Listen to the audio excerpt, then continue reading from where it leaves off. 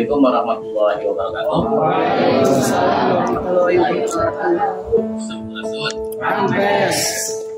Selamat datang di Sanggar Kegiatan Belajar. Selamat datang di tempat ini, tempat yang hari ini baru digunakan ini ruangan ini. Jadi ini sebenarnya galeri yang diperuntukkan nanti ke depannya untuk menjadi creative center. Jadi produk-produk yang di sekolah-sekolah dan dari alumni-alumni Sukma itu ke depan akan dipusatkan di sini, dipajang di sini menjadi galeri. Di sini nanti akan dibuat display. Karena belum difungsikan untuk hal itu, maka hari ini difungsikan untuk pelatihan. Jadi pelatihan ini merupakan pelatihan Sukma atau komunitas yang menggunakan aula ini pertama kali ya Pak Sekda. Belum ada orang lain yang menggunakan tempat ini kecuali saya yang sering duduk di sini. Kalau sore pulang kerja ke sini, duduk di sini sampai tengah malam. Nah, yang baru menggunakan adalah Anda semuanya. Jadi berbahagialah menjadi orang pertama yang menggunakan tempat ini. Saya akan ceritakan kenapa saya dari tadi agak emosional gitu ya. Saya Pak Sekda dulu mungkin tahu, Pak Ketua Dewan juga. Ini kawasan kumuh banget dulu sampai sana. Kumuh banget. Kemudian di sini ada bangunan-bangunan masyarakat yang tidak terurus. Di situ adalah kandang ayam sepanjang ini nih. Di sepanjang ini adalah kandang ayam ke sana. Kemudian nyamuk itu banyak sekali, seperti pembuangan sampah yang tidak terurus. Bangunan-bangunan liar. Itu saya persuasif. Kemudian bisa dipindahkan. Kemudian secara pelan-pelan kita kerja bakti gotong royong itu APBD ini dari sumbangan. Di sana ada musola itu dari infak sedekahnya pegawai dinas pendidikan di sana. Dan hampir setengahnya ini tenaga kerjanya di sini yang menata taman, menanam itu adalah para pekerja sekolah, penjaga sekolah. Kemudian ada juga tim fasilitator TDBA ikut menata gitu. Ditata sedemikian rupa, ada yang menyumbang kotoran hewan, ada yang menyumbang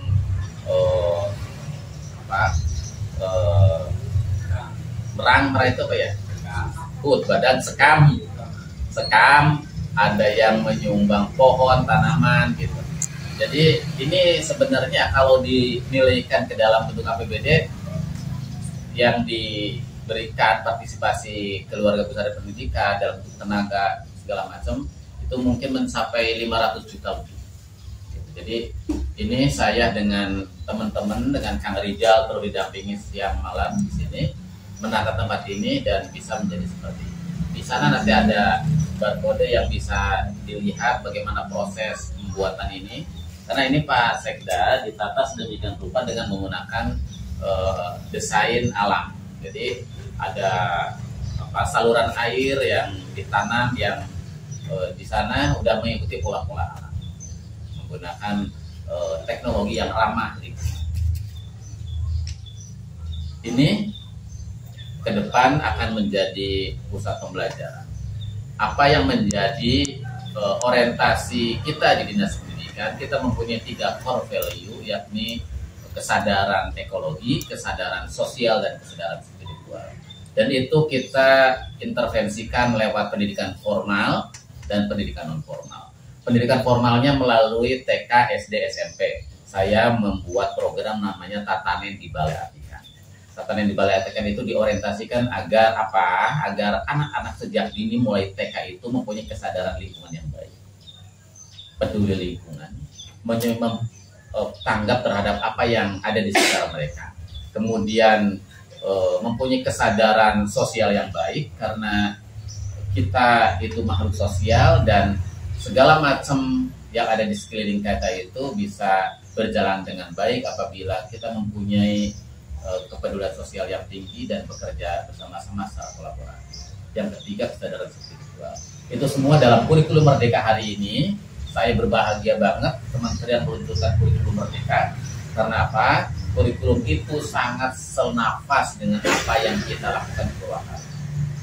Anak-anak harus mulai belajar bagaimana membaca apa yang ada di sekitarnya, melihat bunga telang, menarasikannya, kemudian mencari manfaatnya itu apa, kemudian bisa menjadi narasi-narasi pembelajaran. Oleh guru-gurunya didesain sedemikian rupa. Melihat telahan, melihat tanah, melihat segala macam itu didesain ke dalam bentuk-bentuk pembelajaran.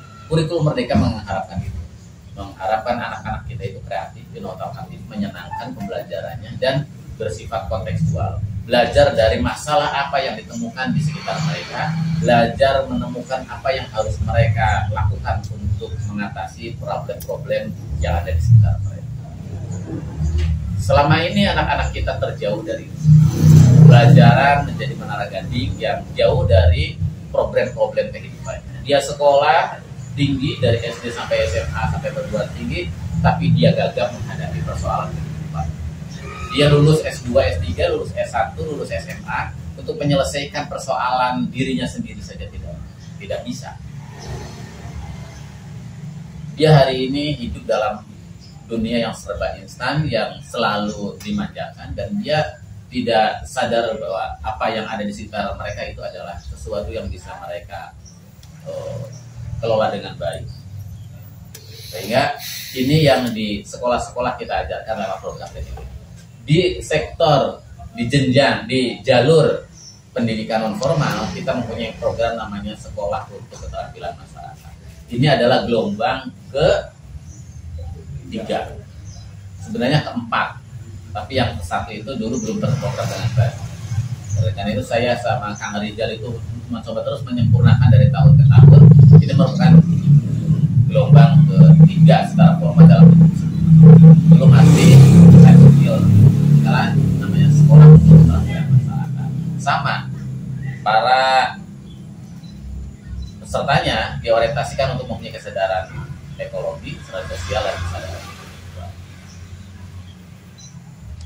Hari ini yang daftar itu mencapai 83. Ini kalau tahun lalu itu ada dari luar kota karena tidak dibatasi untuk masyarakat Purwakarta. Ini yang daftar online, kemudian diseleksi, di interview, mereka harus menyertakan motivasi, alasan-alasan, pengalaman-pengalaman mereka, harapan-harapan mereka, ekspektasi mereka, yang kemudian diseleksi, di interview, dan hari ini terpilih 30 orang. Ini semuanya anak-anak Purwakarta yang hari ini dengan berbagai macam latar belakang. Ada yang kuliah di IPB, ada yang kuliah di UGM, ada yang kuliah di Purwakarta, ada yang baru tamat SMA, ada yang baru tamat SMP. Ada yang masih SMP nggak? Ada yang masih SMP karena usianya minimal itu 15 kalau nggak salah ya. 14. Jadi anak SMP bisa ikut. Nah, ini semuanya melalui seleksi yang ketat. Pelatihan seperti ini jika Anda ikuti itu di Bumi Langit di Yogyakarta itu mencapai 12 juta per orang. Di sini Anda dibiayai oleh APBD.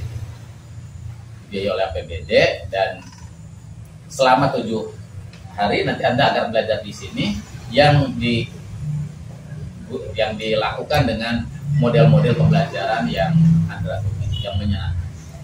Beberapa film tadi itu masih dilaksanakan di rumah saya. Waktu itu angkatan 1, 2, 3 yang sebelum-sebelumnya juga di rumah saya, dilaksanakan di rumah saya, di halaman rumah saya, dan di kebun persahabatan. Ada garden fencing di kebun persahabatan di Pondok Salam. Hari ini nanti akan dilaksanakan di sini, kemudian di rumah saya, kemudian nanti ada mudah-mudahan bisa kita ke kebun persahabatan bertemu dengan teman-teman. Hari ini mudah-mudahan menjadi hari yang menyenangkan buat kita semuanya, memberi manfaat yang besar untuk Anda semua. Dengan tema berdaya, berdaulat, dan bermartabat itu adalah misi yang ingin kita berikan kepada Anda semua. Hari ini kenapa kita tidak bermartabat? Karena tidak berdaulat. Kenapa tidak berdaulat? Karena tidak berdaya, tidak mempunyai kemandirian. Dan kita ingin mempunyai anak-anak muda, mempunyai masyarakat Purwakarta, mulai dari membangun mindsetnya, membangun pola pikirnya, membuka hatinya, dan membangun kemauannya untuk berpikir. Apa yang terjadi dengan masyarakat hari ini?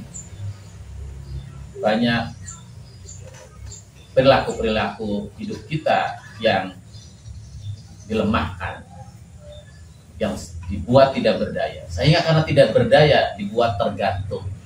Karena dibuat tergantung maka tidak pernah berdaulat. Karena tidak pernah berdaulat maka masyarakat kita, Indonesia, dibuat tidak berdaulat.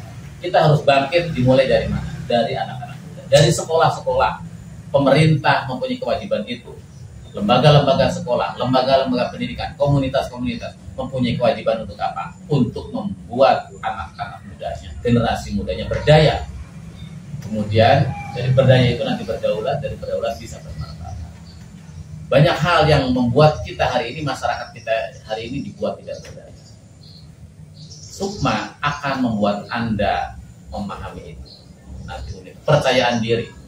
Nah, ini kita mencoba nanti membuka pikiran Anda semuanya untuk bisa melihat itu semuanya.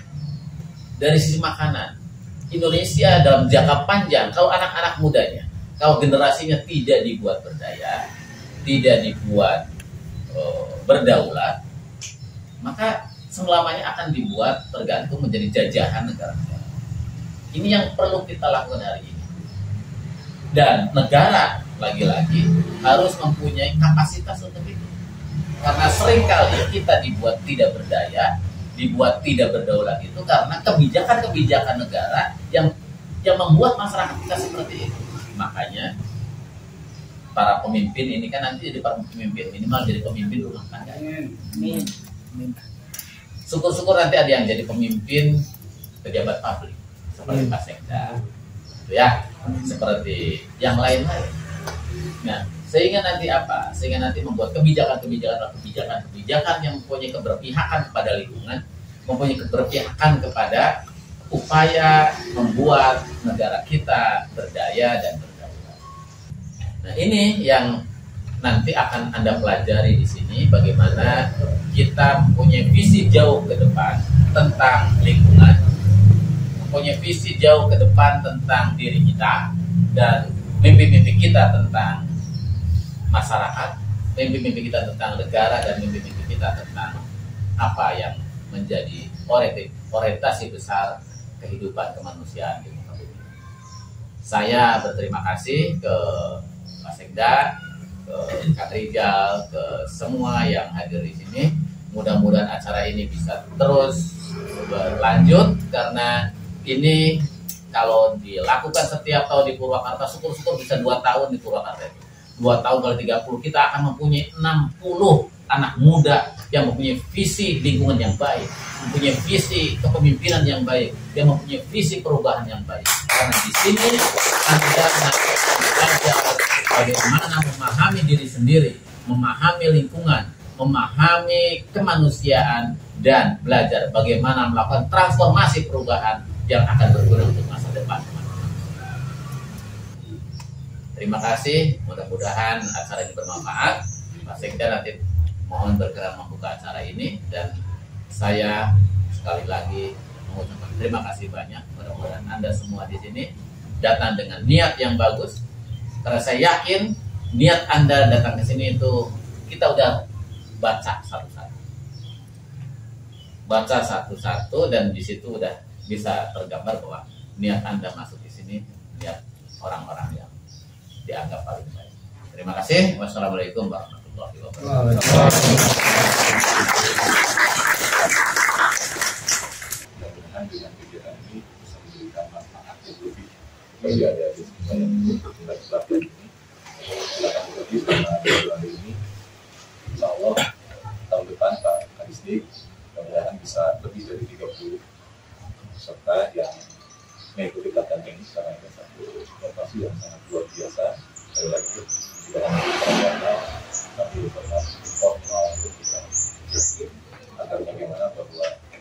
visi atau dunia pendidikan secara keseluruhan bisa menjadi. Jadi saya kira itu ya sekalian ini beberapa hal yang perlu saya sampaikan. Sekali lagi saya ucapkan terima kasih kepada Pak Karisdi beserta jajaran dan adik-adik juga yang sudah terpilih mengikuti pelatihan ini. Mengucapkan bismillahirrahmanirrahim, latihan sekolah untuk menerapkan masyarakat info pada hari ini salam misalnya akan dibuka.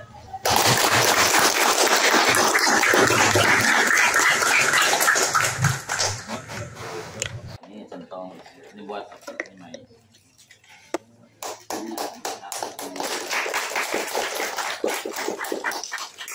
Jadi cara milih benih sampai nanti ngolah hasil panennya diajarin.